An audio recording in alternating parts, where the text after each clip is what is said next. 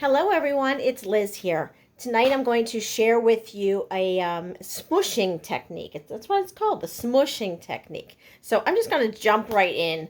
All right, these are the colors I'm going to be using. Sweet Sorbet, Parakeet Party. I will be using just the words from the stamp set Flowing Flowers. And I'm going to use the die set that is Patchwork Pieces dies. And it has this one here, and it has this one. I'm just going to be using the top one. There's a few other things I'm going to be using, but I'll tell you that along the way, okay? So what I'm going to be, these are the 4x6 bags that are in the catalog. So it's a bag. It's just a cellophane kind of a bag. And I'm using 2 of those. I'm going to put that down here. I'm going to be using a piece of watercolor paper. And I'll show you another option in a minute, but watercolor is what I prefer here. So I'm going to use watercolor paper. All right. And I'm using the little spritzing tool, and all that's in here is water. So I'm taking Sweet Sorbet. And that's it. And I'm going to take the Parakeet Party and just pushing it down right onto the bag. And then let's take the little spritz tool. Again, it's just water. Just make sure that little spritzer is facing what you want to spray, that it's not facing you, okay? So I'm just spritzing that on there. Just give it like maybe 2 spritzes, 3 spritzes. I'm going to take the watercolor paper, and I'm also going to give that a little bit of some spritz to get that a little wet, okay? And here's the smooshing. I'm going to take this here, and I'm going to smush it right into that green ink, and that's what I have at the moment. I'm going to just turn it, and I'm smushing a little bit more, maybe just a little here. There's really no right or wrong, and you're not going to get the same look every time. So I think that's enough of the green. I'm going to take a little bit of this Poppy Parade. And let's see, maybe we'll just, you can fold it a little bit. I'm going to fold it just so I get a little bit of a line. Smoosh. And that's a little line that goes through right there. I'm going to fold it a little bit here and just smush a little bit. And maybe just a little on the corner. And you could probably do 3-4 pieces like this. All right, so I'm just going to leave it like this.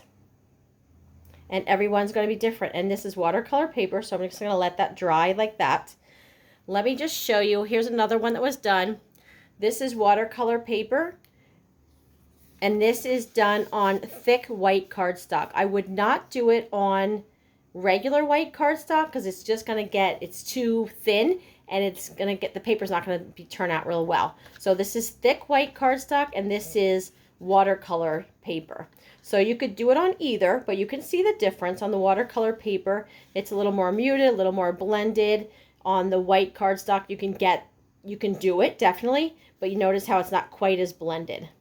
Okay, so 2 different options. I just prefer the watercolor paper. And yes, that is in our catalog. Each time I do this, someone asks me, where do you get the watercolor paper? Right in our catalog, of course. So I'm going to put that aside. And I'm going to put these aside, but you could do a multiples of these, but when you're done with it, again, you can just run it right underneath the sink and it will run right off. You can grab a baby wipe and you can wipe that off too that way. I'm going to grab a baby wipe. I don't have one here right here. Give me 1 second. I'm going to grab a baby wipe.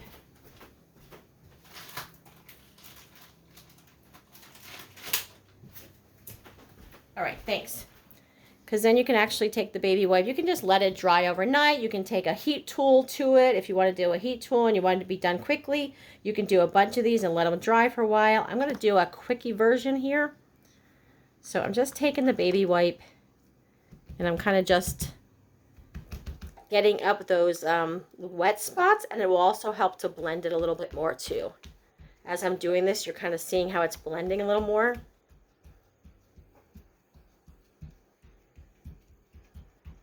Okay, so now there's no like real big thick wetness part. And then these here, I can take this on this cellophane bag and just take a baby wipe and wipe that off. and I can change it and do other colors. I will say this technique works much better with bright colors rather than trying to do dark or neutral kind of colors. So find those bright colors. Make a little bit of a mess here, but that's okay. Sometimes crafting is messy. And then it comes right off. I'm going to put that aside. Okay. So grab your bright colors and work on this rather than your darker muted colors. All right. This isn't quite dry, but it's fine for what I'm going to do. So I'm going to go ahead and just show you what I'm doing now. Now I'm going to take this piece here, and I'm using this die. This is the mini cut and emboss machine. This is a fantastic, it's super lightweight. It's easy to keep on your workspace at all times. So I'm going to take this piece now, lay that in here, and I'm going to take this one and lay that right on top. And put this in here. And I'm going to run this through. I'm going to pull this out of the camera though, just so it's not so wobbly. Just know that I'm just running it through the mini cut and emboss machine. The watercolor paper is a little thicker, so because of that, I will run it through twice. So I'll just pick it up, hold on to it so it doesn't move, hold it on like this, and then run it through a second time. Just to make sure you have good cuts all the way through. Okay, now I'm going to pull this off of here. And we'll get rid of the cut and emboss machine. All right, so I wanted these all, they're all going to pop out of here, but I want them to stay in pretty much the same order. So let's take these and pop this out of here. Just pushing them out. Okay, we're done with that, so we can get this out of here. All right, when you cut this through, it will actually stay together right in the center. I want to cut that apart, so I'm just going to use my scissors. But just be careful because I want the pieces to stay in the general order that they are. So I'm just cutting out the center here.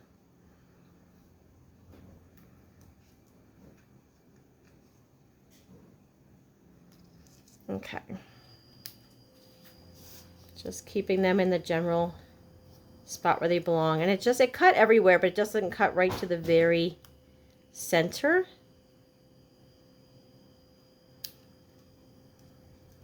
Okay, they're staying where they need to be.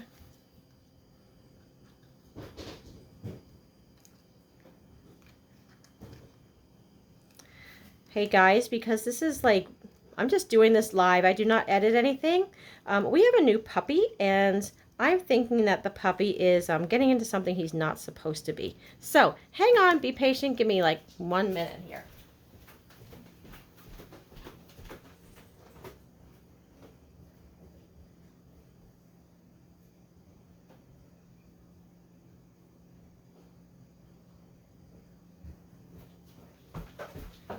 All right, and I'm back. And he was getting my granddaughter's toys. So anyway, puppy life. All right, so let's go ahead with this. So this is what I have right now, and I kept everything in the general placement. So I have that. And then what I'm going to do is I'm going to grab, this is a piece of thick Whisper white cardstock that I've already scored.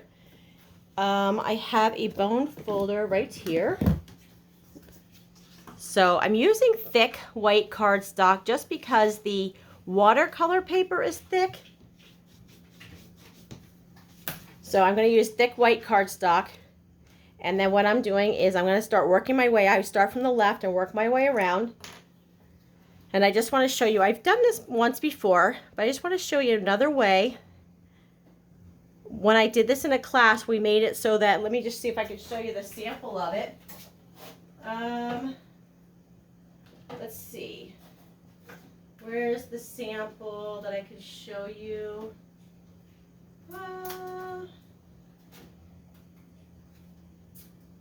Here we go.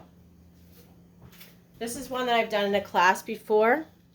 And this is the same die, and we did all the pieces right next to each other, fitting it all right in there. Now what I'm going to show you tonight is going to be a little bit different.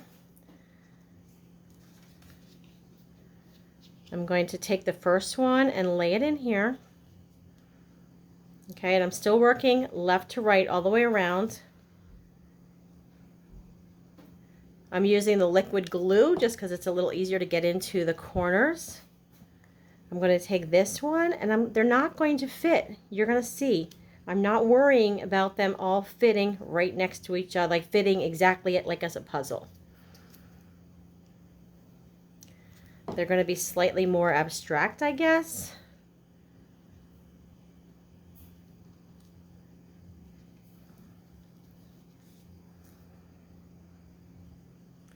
But I think this smooshing technique looks really neat with it. You may or may not agree. We'll see.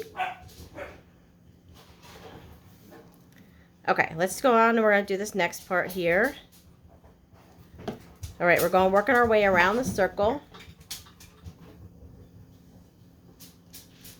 All right, we'll do the next one here. And we're just going to keep working around the circle. And do you see how maybe this is like a little less stressful for you because they don't have to fit all exactly together? Hi. And we got it around. I'm recording at the moment, so if you want to pull that door shut, that would be awesome. Okay. Let's do this. Hey, my crafting friends, I just keep it this way because you know what? If I can do this, so can you. This is family life. This is puppy life. And it's what it is, right? Okay, so work it around. We're getting there.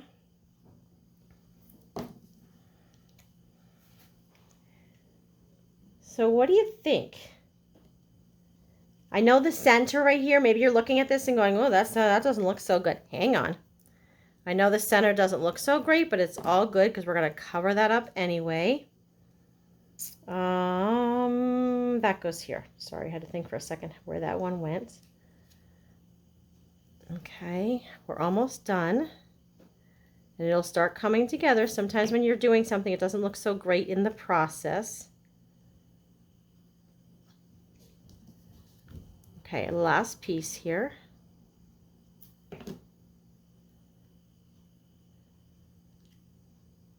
Okay, so there we go. So this is what we have at the moment. That's it, okay? Maybe it doesn't look so hot at the moment. Hang on, all right? All right, and I'm going to take this white piece of paper here. It's just, this is just regular white piece of paper. I'm using the stamp from this set. I love this saying right here. It says sending a card instead of a text. So if you have that friend or family member that you just text constantly, we all have them. Maybe just surprise them once in a while and just send a card instead. So I'm using the Poppy Parade ink. And I'm going to ink, stamp straight down, straight back up. If you stamp first and then punch, you don't have to worry about stamping straight. You can just stamp it, and then we're going to take this punch here. I'm going to flip this over, flip it over upside down, slide it in, and then this way you can make sure you're punching it evenly. And we'll set that aside. All right, I'm going to be using the Parakeet Party metallic woven ribbon. I'm just cutting off, I don't know, a certain amount. Maybe it's 10 inches or so. Oh, it's about 14 inches. So about 14 inches. I'm flipping this over on the back. I'm going to put a little bit of adhesive on here. And I'm taking this piece here and just loosely kind of wrapping it around my fingers. And then I'm just going to lay this down on here. Just start putting it down. It doesn't have to be anywhere exact. Just start sticking it into your adhesive.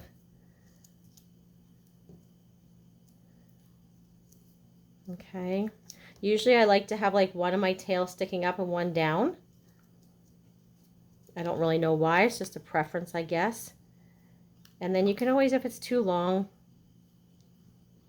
you can just snip off the tail if it seems like it's too long. Okay, I'm going to flip that over now and put some dimensionals.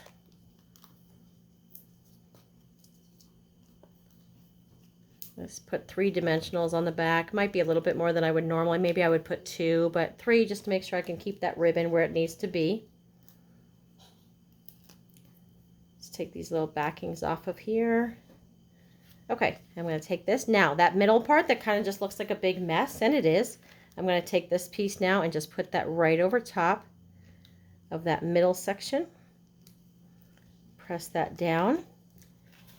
Okay, so this is my card, and I was like, all right, I'm done. I like it. And then I felt like, okay, it needs a little sparkle, something sparkle. So I was trying to think, okay, what do I have that's sparkle that would be Poppy Parade or Parakeet Party? And my answer was nothing. So what I thought I would do is I'm taking these rhinestones, the rhinestone basic jewels. They're just silver like this. But you can take these rhinestone jewels, and I have a Poppy Parade Stampin' Blend. This is the dark Poppy Parade blend, and I'm going to use the brush end, and you can take the brush end and just lightly color over top, and because they're alcohol markers, they will not wipe off. So I can make these rhinestones any color I want them to be. So I'm going to, and they just dry instantly. I'm rubbing my finger on it. It's not coming off. There's nothing on my finger, and it's not coming off of the gem. So I'm going to take that and just pop it in somewhere. Give it a little sparkle. Let's see. Maybe I'll add this one over here. And let's just give a third one. Sometimes I just like to put maybe 2 of them right near each other. So maybe we can do that. Okay, so how's that? Maybe that's something new you learned today. If it is, let me know. Let me know what you think of that, if that's something you've tried before, if that's new for you. So if you learned something in these videos, I would love to know what you learned, what was helpful to you. So put that in the comments below. That would be great and would help me out. If you have any questions about anything I did, feel free to put that in there also. But anyway, so that's your finished card. So what do you think? I love that. Again, this is called the Smooshing Technique, and you can change your gems to be whatever color you want them to be with the Stampin' Blends. So that's it. Hope you enjoyed. Hope you learned something. Were a little inspired. And let me know what else I can do for you. Talk with you later. Bye-bye.